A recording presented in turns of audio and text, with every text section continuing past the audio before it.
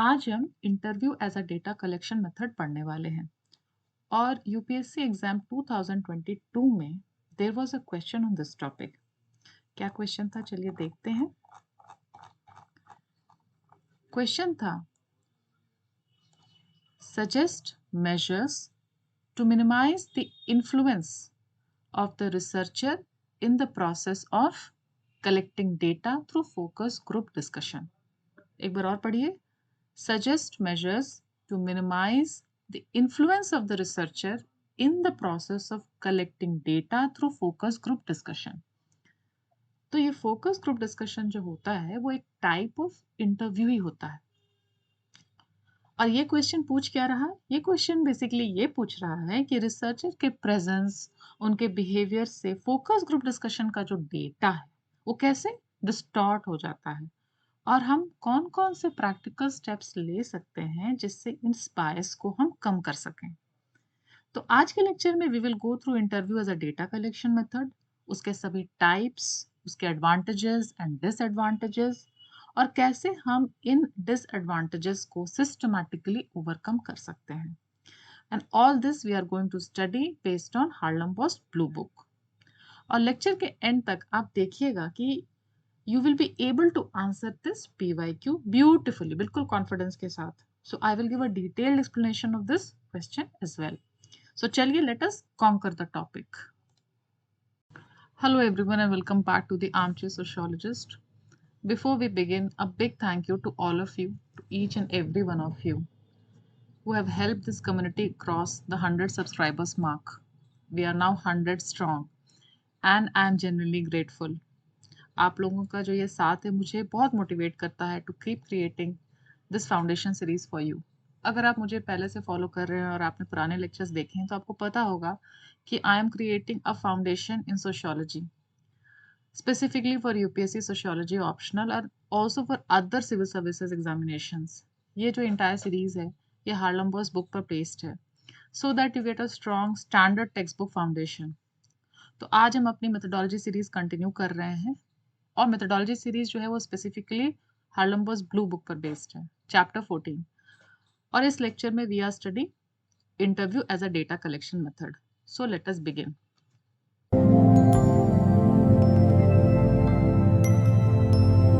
So what is an interview?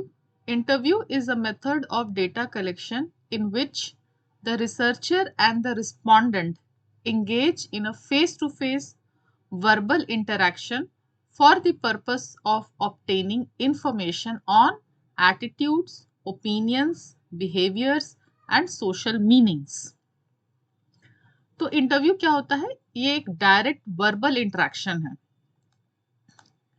एक direct verbal interaction है जहां रिसर्चर और जो रिस्पोंडेंट है वो सामने बैठकर बात करते हैं।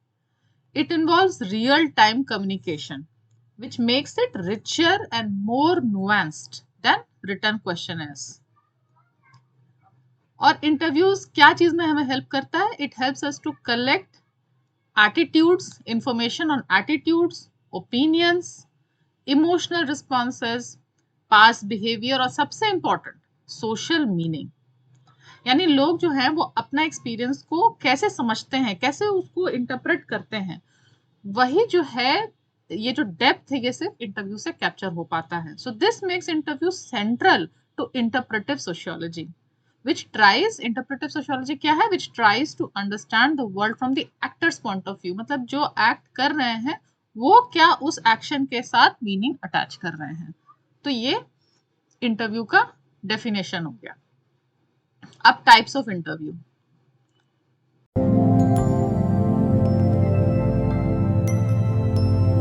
अब हम लोग देखेंगे टाइप्स ऑफ इंटरव्यूज। पहला है स्ट्रक्चर्ड इंटरव्यूज, फिर दूसरा है अनस्ट्रक्चर्ड इंटरव्यूज, उसके बाद में सेमी स्ट्रक्चर्ड, फिर आता है ग्रुप इंटरव्यूज या फिर फोकस ग्रुप्स जिसपे वो क्वेश्चन भी है यूपीएससी 2022 वाला, और फिर है नॉन डायरेक्टिव इंटरव्यूज। तो अब हम लोग एक एक करके उसको देखते हैं। जो पहला है स्ट्रक्चर्ड इंटरव्यूज, ये क्या है? A questionnaire administered by interviewer. So in structured interviews, the interviewer follows a strict list of questions, बिल्कुल सर्वे फॉर्मेट की तरह verbally administered. इसमें कोई डेविएशन नहीं रहता है, क्वेश्चंस फिक्स रहते हैं. So researcher can not change the order of questions और wording. This ensure standardisation but it limits the flexibility.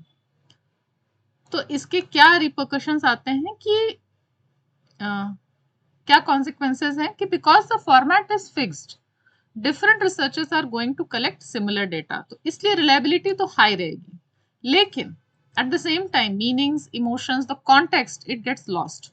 तो फिर हम वैलिडिटी वाले पॉइंट से लो रह जाता है. And it is used mostly by the positivist. Why? Because positivists prefer structured methods because they want objectivity, they want to measure and compare across respondents. तो वहां पे हम स्ट्रक्चर्ड इंटरव्यू, जो कि एक फिक्स्ड क्वेश्चनर है जिसमें कोई चेंज हम नहीं कर सकते हैं, डेविएशन नहीं कर सकते हैं, वो यूज करते हैं. फिर हम आते हैं अनस्ट्रक्चर्ड इंटरव्यूज पे. अनस्ट्रक्चर्ड इंटरव्यूज क्या है? It is a guided conversation, a guided conversation with no predetermined questions. So इस मेथड में कोई rigid questionnaire नहीं होता है. The interview feels like a natural conversation guided by broad themes. ये flexible है और open ended है. मतलब respondents जो हैं वो they can speak freely and researcher can change the direction based on the flow of conversation. मतलब वो उसको basically गाइड करते हैं ब्रॉड थीम्स के अराउंड, लेकिन जो आंसर कर रहे हैं रिस्पोंडेंट्स वो अपने हिसाब से आंसर कर सकते हैं freely. So what happens, what are the consequences? Because of this method, it allows deeper exploration of subjective meanings. So this is the core strength of this method. Unstructured interview reveal personal meanings, emotions, the lived experiences of the respondent. Something structured methods cannot provide. They cannot achieve that. तो इसीलिए ये आप समझ रहे होंगे कि इंटरप्रेटिविस्ट इसको favour करते हैं, जैसे कि सिंबॉलिक इंटरेक्शनिस्ट. जो इंटरप्रेटिविस्ट सोशियोलॉजिस्ट हैं, they value this method because it uncovers the social meanings people attach to their own actions.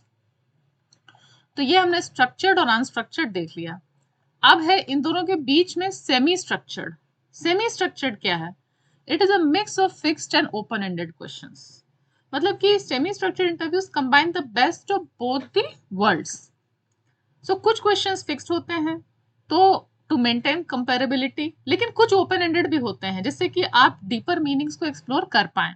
So this method is very popular in modern qualitative research because it maintains reliability and validity.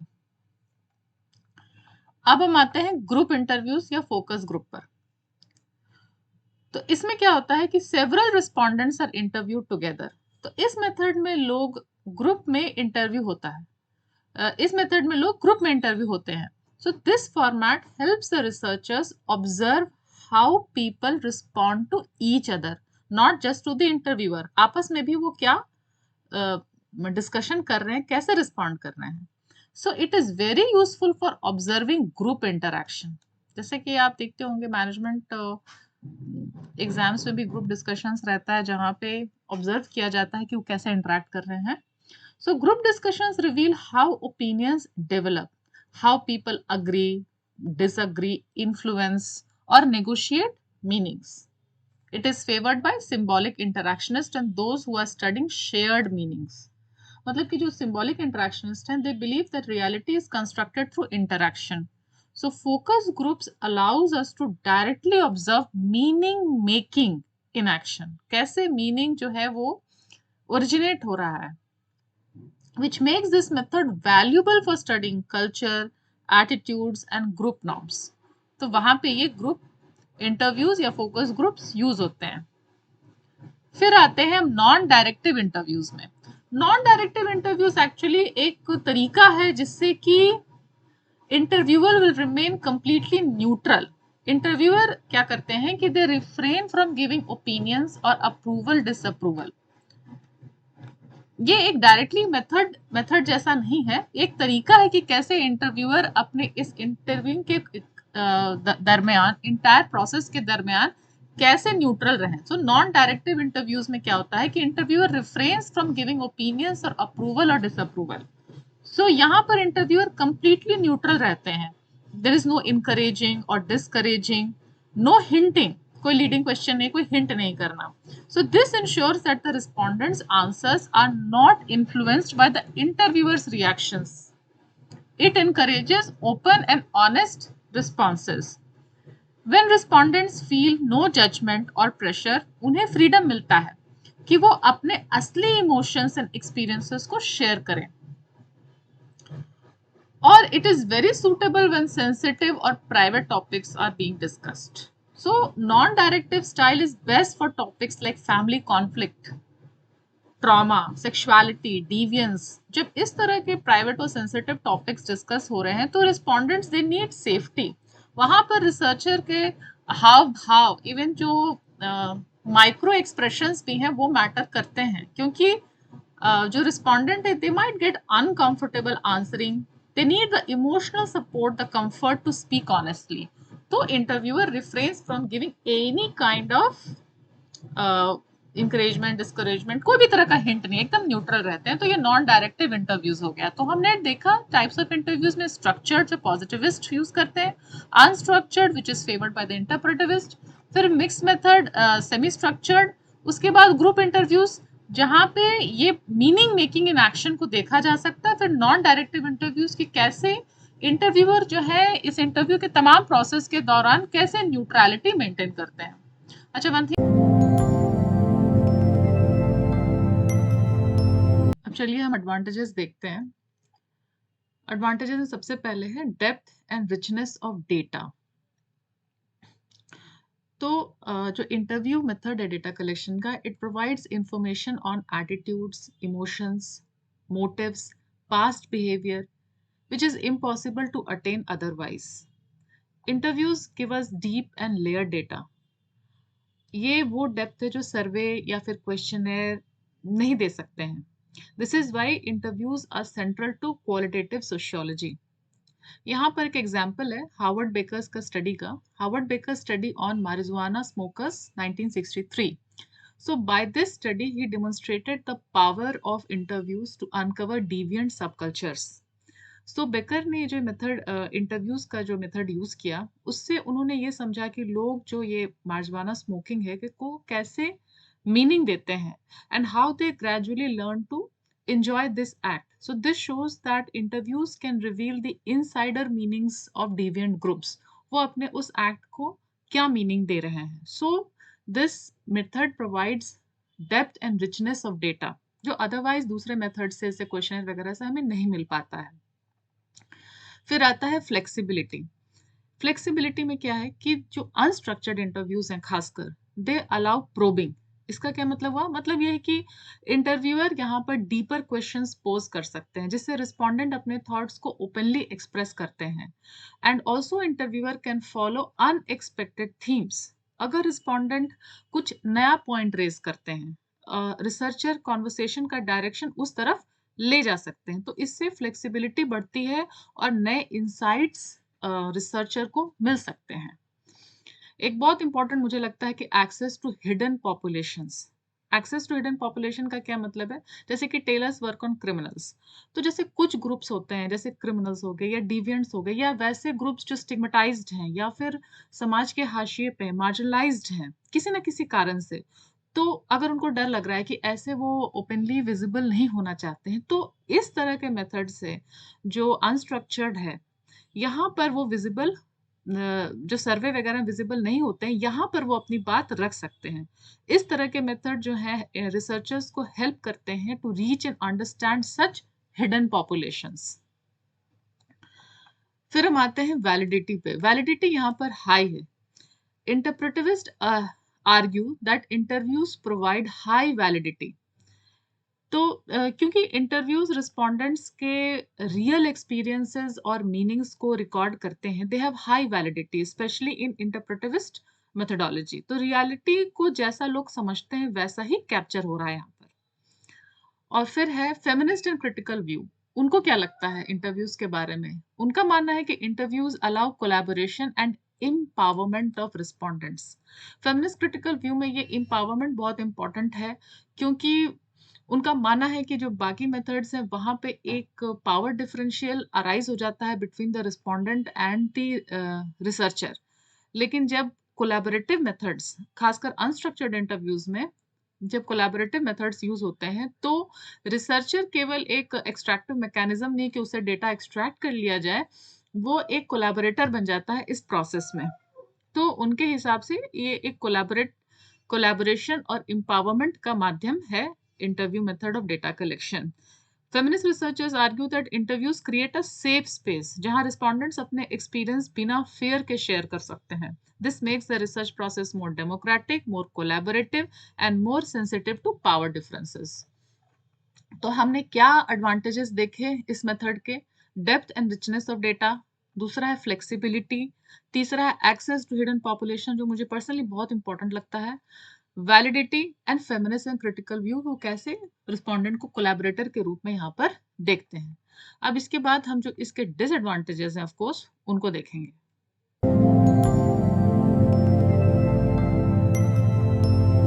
Now we will study the disadvantages of interviewers data collection method. First is lack of reliability. Same respondents may not give same answers every time. Now human responses are inconsistent in nature. Situations बदलते हैं, answers भी change हो सकते हैं, and this reduces reliability. Also, when interviewers differ, results can differ. Different interviewers or researchers collect different kinds of responses. यानी कि जो method है ये standardized नहीं है. दूसरा है इंटरव्यूअर बायस या इंटरव्यूअर इफेक्ट। इसका क्या मतलब है? इसका मतलब है कि जो इंटरव्यूअर्स का एज है या फिर gender, class, ethnicity, dress, accent, ये सभी कुछ रिस्पॉन्सेज को इन्फ्लुएंस करता है। फिर एक स्टडी को देखिए, La Piere study, race of interviewer influenced answers. La Piere study से पता चला कि people modify the responses based on the interviewer's presence. This highlights that interviews are not neutral settings. Interviewer as contaminant, ये इससे मिलता जुलता है। इससे ये पता चलता है कि interviews are never neutral, specifically they are collaborative meaning making process.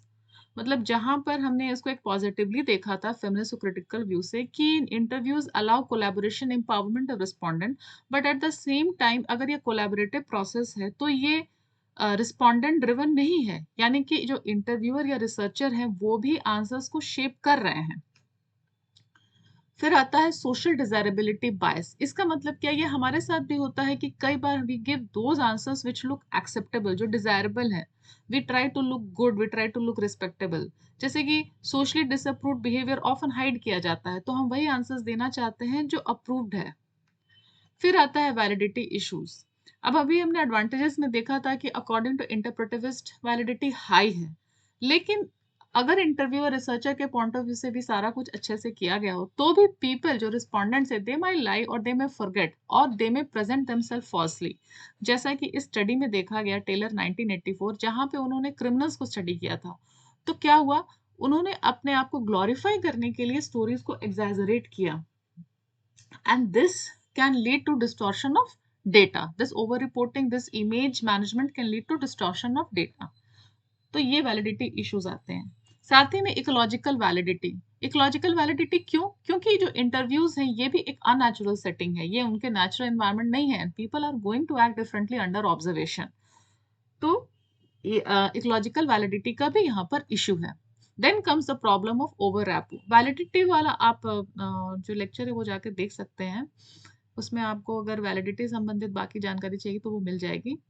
Then comes the problem of over rapport. ये क्या है, अगर इंटरव्यूअर और रिस्पोंडेंट ओवर सिंपैथेटिक हो जाए, काफी क्लोज हो जाए, तो they can leave, they can the interviewer might not be able to have that analytical distance, they might lose the objectivity. तो this can lead to bias. Also interviewers non verbal cues shapes meaning. तो अभी हमने उनके physical appearance, उनके वो सब gender, class, ये सब को देखा था, लेकिन इवन जो नॉन वर्बल क्यूज है, जो माइक्रो एक्सप्रेशंस हैं, जैसे कि हम जब बात कर रहे हैं तो हमारे जो हल्का सा स्माइल हो गया या नॉड हो गया, इवन आईब्रो रेज हो जाता है, तो these small gestures can also influence how the respondents answers. तो ये इसके डिसएडवांटेजेस हो जाते हैं। The lack of reliability, interviewer bias, interviewer as contaminant, social desirability bias, validity issues, ecological validity, problem of over rapo and non-verbal cues also shapes meaning. अब हम आगे देखेंगे कि इस जो डिसएडवांटेजेस हैं इनको हम कैसे ओवरकम करेंगे। जो यूपीएससी का क्वेश्चन था 2022 का, उसमें यही चीज पूछा ही गया है कि कैसे उस रिसर्चर के इन्फ्लुएंस को फोकस ग्रुप डिस्कशन के दौरान कैसे उसको मिनिमाइज किया जाता है। तो हमको ये समझना बहुत ज़रूरी है जो डिसएडवांटेजेस हैं इनको हम कैसे कंट्रोल मैनेज कर सकते हैं। अभी नेक्स्ट हम वही देखेंगे।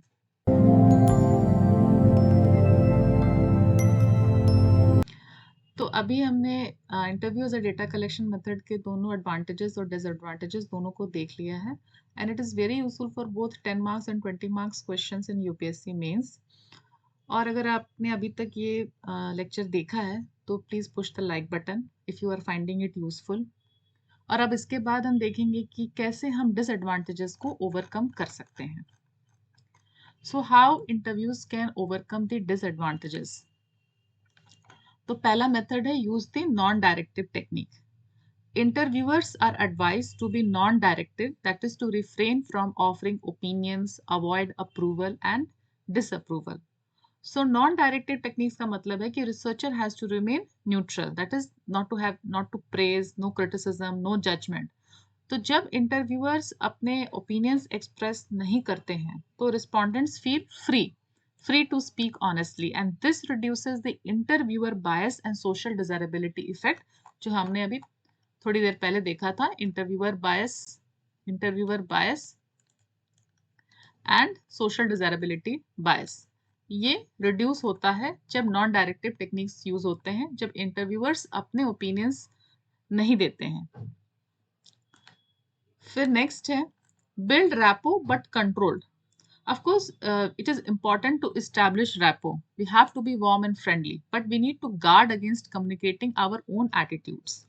तो rapport बनाना important है so that respondents feel comfortable, but controlled rapport होना चाहिए, मतलब friendly but not personal. अगर rapport ज़्यादा हो जाएगा तो bias enter हो जाता है, जो हमने यहाँ पर भी देखा था कि problem of over rapport. फिर आता है maintain neutral tone and body language. So researcher has to refrain from offering approval, disapproval, avoid expressions. Interviewer's attitude should not leak into the answers of the respondents. So interviewer के जो facial expressions हैं, voice tone, even gestures, that can subtly influence the answers. इसीलिए neutrality maintain करना essential है. This improves the validity and reduces the contamination of responses, जो हमने यहाँ पर देखा था इंटरव्यूअर एज कॉन्टामिनेंट. उसके बाद आता है अवेयरनेस ऑफ वोकैबुलरी. ये बहुत इंपॉर्टेंट है. And meaning differences. Interview questions can mean different things to different social groups. So same word का मीनिंग डिफरेंट सोशल ग्रुप्स के लिए डिफरेंट हो सकता है. For example the meaning of family responsibility और ट्रेडिशन और फ्रीडम. इसीलिए रिसर्चर को फॉलो अप क्वेश्चंस पूछकर इंश्योर करना चाहिए कि रिस्पॉन्डेंट का मीनिंग उनको सही से समझ में आ गया है कि नहीं. So this improves the conceptual clarity and data accuracy. फिर आता है to avoid leading questions. To avoid leading questions and suggestive cues. This is important. Interviewer may lead the respondent. So leading question respondents को एक specific answers की तरफ push करते हैं. इससे interviewer effect create होता है. For example, अगर आप ऐसे पूछिएगा कि you agree that और you don't you think, तो आप उनको लीड कर रहे हैं. So avoiding such question maintains neutrality and authenticity of responses. And फिर triangulation. According to Hammersley and Gom, how can we uh, uh, how can we do this? By cross-checking the results with other methods. Compare interview findings with other methods like observation, documents, surveys. This reduces the risk of interviewer specific bias. So triangulation का मतलब है कि जो multiple methods से हम same information को check करें. For example interview responses को क्रॉस चेक कर सकते हैं हम ऑब्जर्वेशन, डॉक्यूमेंट, सर्वे से. इससे वैलिडिटी सिग्निफिकेंटली इंप्रूव होती है और रिसर्चर इन्फ्लुएंस भी कम होता है. और ये हम आंसर में यूज कर सकते हैं, अपने वाले आंसर में भी, 2022 वाले में भी. Also we can use more structured format जहां जरूरत हो. तो ये कहा जा रहा है कि जब अनस्ट्रक्चर्ड होता है इंटरव्यू तो बहुत डेप्थ मीनिंग वो हमें मिल सकता है. लेकिन अगर टॉपिक ऐसा है कि रिस्पॉन्सेज बहुत ज्यादा स्कैटर्ड हो रहे हैं, बहुत तरह तरह के रिस्पॉन्सेज आ रहे हैं, तो researcher can bring structure for so that he is able to bring accuracy in the data. Researcher structure introduce कर सकते हैं जैसे फिक्स क्वेश्चन, सीक्वेंसिंग, या ही कैन या फिर he can guide the interview in a proper way, in a structured way, so that reliability increase हो and deviation जो बहुत ज्यादा हो रहा है, बहुत ज्यादा रिस्पॉन्सेज डेविएट हो रहे हैं, स्कैटर हो रहे हैं, तो bringing structured formats can address this issue. However, we will compromise on the in-depth meaning and flexibility here, but where needed, we can bring in the structured format. Then comes recognize and correct for social desirability. ये हम कैसे करेंगे? By ensuring confidentiality and anonymity. तो respondents often give socially acceptable answers. Why? Because जैसा हमने पहले भी देखा था कि वो अगर उनको ये डर लगा रहे कि उनका नाम या आइडेंटिटी रिवील होगा तो वो वही बात कहेंगे जो उनको लगेगा कि सोशली डिजायरेबल है, तो उनके आंसर्स उतने ऑनेस्ट नहीं होंगे. But if we confirm, if we tell them that it will remain confidential and anonymous, तो ये प्रॉब्लम रिड्यूस हो सकता है and at that time they will give answers which will be more honest. Training of interviews, this is very important because skilled interviewers ही इस तरह से इतना neutral रह सकते हैं और डिफिकल्ट रिस्पोंडेंट्स को वो मैनेज कर सकते हैं. They can avoid bias and they can maintain consistency. So training ensures कि ये सारा प्रॉब्लम, जितने भी इश्यूज हैं, जो डिसएडवांटेजेस है, ओवरकम हो सके, हायर वैलिडिटी मेंटेन हो, प्रोफेशनल कंडक्ट मेंटेन हो थ्रू आउट इंटरव्यूज. और अगर कोई एम्बिग्विटीज हो, मतलब इंटरव्यूअर जो मीनिंग मेकिंग कर रहे हैं, जो यहाँ भी हमने देखा था, इंटरव्यूअर जो रिसर्चर है वो जिस उस पर्टिकुलर टॉपिक से जो चीज समझ रहे हैं और रिस्पोंडेंट जो समझ रहे हैं, अगर उसके बीच में कोई गैप है तो उस एम्बिग्विटीज को प्रोबिंग के द्वारा, मतलब फॉलो अप क्वेश्चंस के द्वारा, could you explain that a little more, when you say X what exactly do you mean, तो this helps clarify the unclear statements, avoid misunderstanding and ensures deeper and more accurate data. Of course ये वही कर सकते हैं जो बहुत skilled हो इसमें. तो ट्रेनिंग बहुत इंपॉर्टेंट है. तो हमने जो डिसएडवांटेजेस देखा था, जितने भी डिसएडवांटेजेस देखे थे, लैक ऑफ रिलायबिलिटी या interviewer bias, interviewer as a contaminant, social desirability bias, validity issues और ओवर रैपो या नॉन वर्बल क्यूज, ये सभी कुछ कम होते हैं, मिनिमाइज होते हैं इन सभी के द्वारा. जैसे use non directive techniques, build rapport but controlled, neutral tone and body language maintain करना, awareness of vocabulary and meaning differences, follow up questions पूछना, फिर अवॉइड लीडिंग क्वेश्चन, ट्रैंगुलेशन, उसी जो हम जो स्टडी कर रहे हैं उसको डिफरेंट मेथड से कंपेयर करें, डिफरेंट मेथड से उसी रिजल्ट पे हम आ रहे हैं कि नहीं आ रहे हैं. जहां जरूरत हो स्ट्रक्चर्ड फॉर्मेट भी यूज कर सकते हैं. एंड सोशल डिजायरेबिलिटी को करेक्ट करने के लिए we have to ensure confidentiality, anonymity. We need to probe and we need to train ourselves. तब हम ये इसको कम कर सकते हैं, बायस को. आगे हम देखेंगे before coming to the question, हम देखेंगे when to use the interviews and we will conclude and then we will go into the question.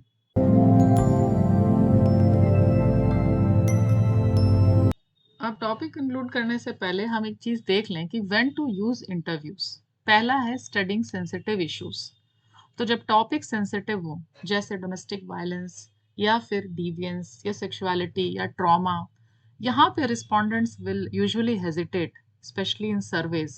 Interviews provide a safe personal space जहाँ लोग अपनी बातें ज़्यादा ओपनली शेयर करते हैं. So for highly sensitive issues, interviews are the most useful method. Second, if we want to explore the subjective meanings. Sociology में एक की एम होता है कि सब्जेक्टिव मीनिंग्स को समझना. लोग अपने एक्शंस को कैसे इंटरप्रेट करते हैं, कैसे एक्सपीरियंसेस को मीनिंग देते हैं. Interviews allows us to enter that inner world. इसीलिए इंटरप्रेटिव रिसर्च में interviews are often the preferred method. Next, which I find really important, is researching the hidden and hard to reach groups. Some groups cannot be studied through surveys. For example, deviant subcultures, or criminals, or sex workers, or drug users, or marginalized communities. Interviews help build rapport and trust so that researcher को authentic information मिले. This makes interviews especially valuable for hidden populations. And जहाँ पे हमें depth and flexibility की आवश्यकता है, वहाँ पे भी research method can provide us depth and rich detail. So in conclusion, we can say that despite the problems of reliability, interviewer bias and social desirability bias, the strength of this method of data collection lies in uncovering the attitudes, meanings, and lived experience. And with careful training, non-directive techniques, and triangulation methods, interviews can achieve high degree of validity. तो ये method perfect नहीं है. कई बार interviewer खुद भी influence कर देते हैं आंसर्स को, एंड रिस्पोंडेंट्स खुद सोशल डिजायरेबल आंसर्स देना चाहें, तो these are real methodological limitations. लेकिन इसका जो ब्यूटी है, जो स्ट्रेंथ है, that lies in that it reveals the inner meanings, the emotions and the personal stories, जो कभी भी ये जो lived reality कभी सर्वे कैप्चर नहीं कर सकते. So this makes interviews powerful tool for qualitative sociology. तो अगर इनके डिसएडवांटेजेस को हम एड्रेस करें by proper training, using non directive techniques, triangulation, cross checking with other methods, तो ये इश्यूज भी जो है रिड्यूस हो जाएंगे और वैलिडिटी इंप्रूव हो जाएगी, जो बायसनेस है वो रिड्यूस हो जाएगी. सारे डिसएडवांटेजेस को हम एड्रेस कर सकते हैं. तो with this conclusion now we will go to the question.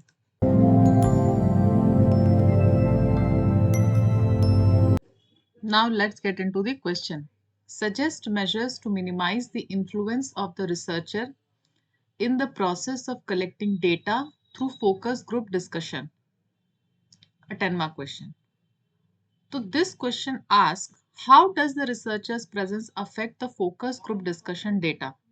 And what specific techniques can reduce this influence? So in other words, it is about ensuring validity, neutrality, and minimizing researcher effects in group settings.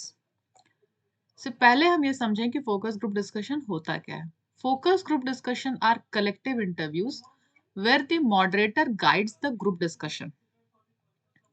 तो इसमें it involves several participants discussing a topic together with a moderator facilitating the conversation. However, focus group discussion are interactional encounters and the researcher's presence can shape participants' responses. So because focus group discussion depend on interaction, the moderator's presence, मतलब कि उनका जो tone है, expressions है, approval disapproval, ये सभी कुछ can unintentionally influence the participants. Therefore, reducing this influence is essential for valid data.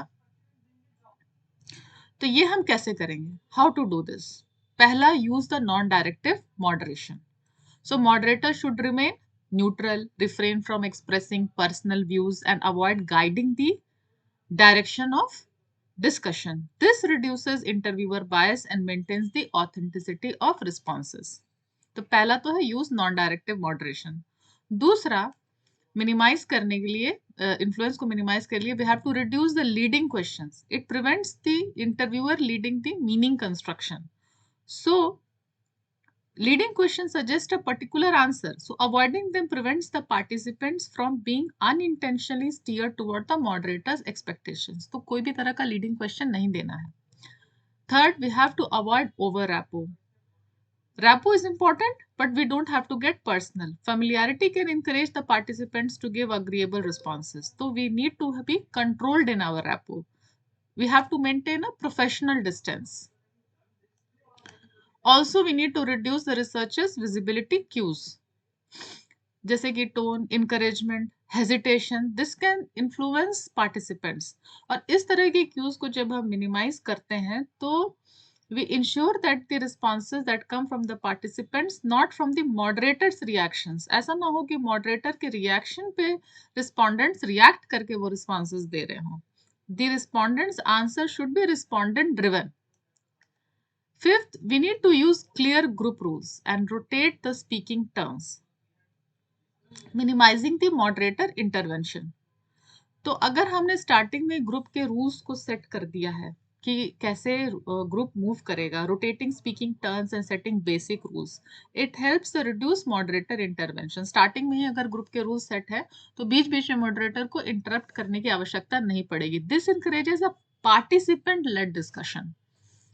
We need to avoid strong reactions, no verbal cues, no non-verbal approval, no surprise, judgment, disagreement, कुछ भी नहीं. Small micro expressions भी नहीं, कोई smile, frown, कुछ नहीं. This can shape responses. So in all ways, we have to remain neutral. 7th point, reflexivity and self-awareness. Moderator should be aware of their own biases. खुद में भी वो awareness ज़रूरी है, and they need to monitor how these may affect the participants. So this reflexivity ensures conscious self-aware moderation. फिर आता है triangulation. Triangulation का क्या मतलब है कि we need to compare the focus group discussion data with other sources. जैसे बाकी ऑब्जर्वेशन, दूसरे डॉक्यूमेंट्स. तो ये जो मेथड स्पेसिफिक बायस है, ये इससे रिड्यूस होगा और validity will improve. and we need to use skilled moderation to reduce intervention. So we need to be well trained in our uh, in our method. A well trained moderator knows when to participate, when to remain silent, how to facilitate without influencing. So this significantly reduces researcher interference. तो हमने focus group discussion का definition दे दिया, उसके advantages के साथ ही उसके disadvantages को बताते हुए कि कैसे उसको कम करेंगे, वो सारा कुछ बता दिया कि we need to use non directive moderation, leading question नहीं देना, ओवर रैपो नहीं होना चाहिए, विजिबिलिटी की उसको रिड्यूस करना है, ग्रुप के रूल्स वगैरह पहले इस्टेब्लिश होने चाहिए, किसी भी तरह का स्ट्रॉन्ग रिएक्शन चाहे वो वर्बल हो नॉन वर्बल हो, और मॉडरेटर को खुद भी अवेयर होना है उनके अपने जो बायसेस होंगे, triangulation method and training. Now we come to the conclusion of this question. Reducing researchers' influence requires non-directive moderation, minimizing personal cues, allowing natural interaction, and ensuring reflexivity.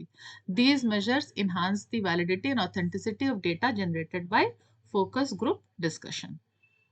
तो इस तरह का जो आपने अगर ये क्रिस्प आंसर दिया है तो आपको बहुत अच्छे नंबर इसमें मिल सकता है. So with this, the topic is complete. And next topic में we will get into observation and participant observation as data collection method. I hope you like this. And अगर आपको ये useful लगा हो और आपने यहाँ तक देख लिया है तो please push the like button. Thank you so much.